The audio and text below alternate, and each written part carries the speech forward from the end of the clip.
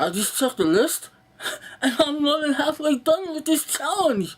I'm almost done. I want it to end now. I want it to end. This is week 12.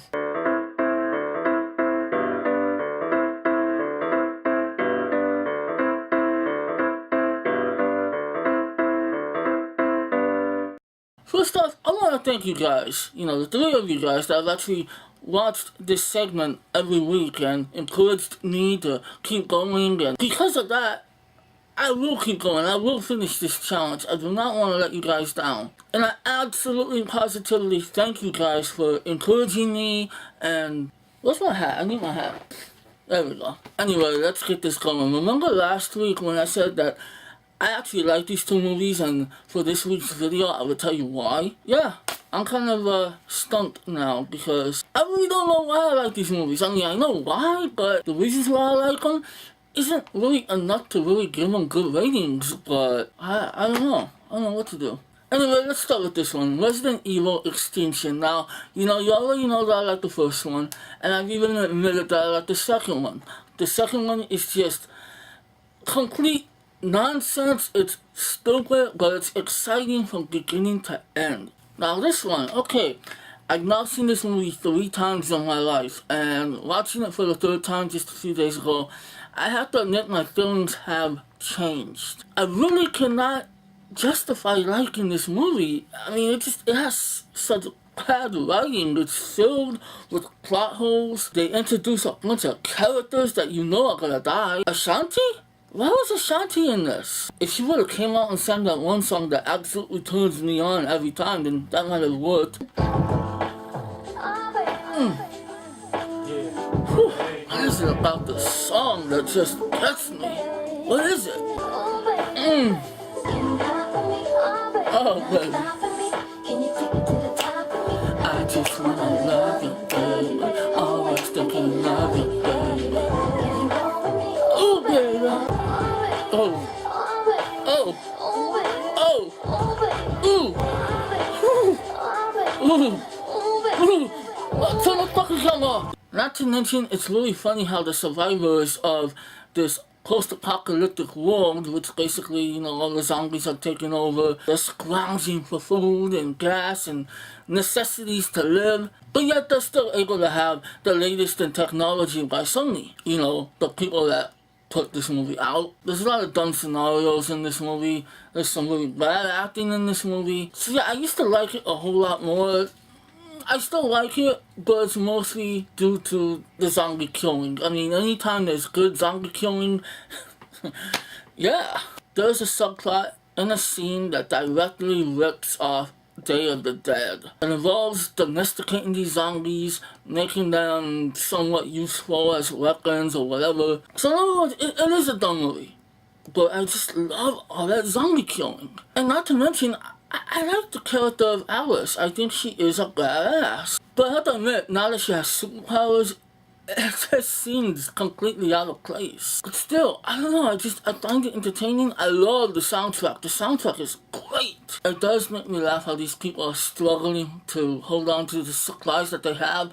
But they sure don't mind wasting a bunch of bullets. A bullet to the head kills these things. They know this. At least they should know this, but still they're busting shots everywhere. You got a guy in a high position up in the tower shooting down with a fully automatic rifle. Every bullet should count. Put that shit on semi and bust them in the head. And all these people that are dual wielding, and it's like, bah, bah, bah, bah. Conserve, conserve. And I swear, things like this should make me hate this movie. Oh, and also the villain from Tomb Raider, the first Tomb Raider movie, who I thought was so boring in that movie. He's in this movie, and he's still boring, but he's also kind of a sinister dick, so he's a little better than in Tomb Raider. I do like the idea that they're trying to clone Alice because, she has these abilities and she's so awesome and whatever. But that each clone is completely flawed. That's it. I really don't know what else to say. I'm gonna give it a 2.5 out of 5. I would have given it a 3 before, but after watching it again and realizing how dumb it is, I gotta give it a lower grade. It's just dim-witted fun. And besides, it's a hell of a lot better than the garbage that comes after this one. Afterlife. Anyway, now it's time to move on to Hitman. Now, Hitman is of course based on the game of the same name. That's what I'm doing here, rating movies that are based off games, so I don't know why I said that. I've only played one Hitman game, I believe, and it was cool, but I didn't really have a connection with it. I didn't even finish the game. So, I wasn't offended by this movie. I don't know how closely it follows the game. I mean, they certainly got the look of the character, Agent 47, but I definitely think they took some liberties with his character. I mean, I remember in the game I played and in some of the clips online that I've seen, the guy doesn't have much of a personality. He just knows how to kill. And in this movie, they do try to give him a personality, and for the most part, it kind of works, but then it doesn't. It's kind of weird. Timothy Olyphant plays Agent 47. Now, I'm a big fan of Timothy Olyphant. I really like the dude. And I think because of that, I like the character, I like his portrayal. If there were anyone else, I probably would say fuck this movie, but I like the dude, I like him. I find it kind of interesting that it's so easy for him to kill, but it's absolutely hard as hell for him to talk to a woman. And there comes a situation where he has to work with a woman, a Russian hooker played by Olga Kurylenko. And I'll probably say her last name wrong. The actress herself has admitted that even she can't pronounce her last name. By the way, she's so gorgeous. I have to say, she's one of my biggest crushes. She's a beautiful woman. Her eyes are hypnotic. Her acting, however, isn't necessarily great, and that's all I'm gonna say about that. Yeah, acting in this movie isn't necessarily great. I mean, I do believe that Timothy Olyphant is the only good actor in this movie. Jesus Christ, they got T-Bag from Prison Break to play a Russian. The guy is from the Northwest. Why is he playing a Russian? Why am I talking about the acting? Forget the acting, it's about the action. This is an action movie, and I like the action. I think the action is great. It's bloody, it's violent, it's what I wanted it to be. This movie almost got a PG-13 rating, and some people even believe that it was PG-13 in theaters. It was rated R, but check this out. I'm gonna have a hard time arguing that fact if they ever saw my ticket.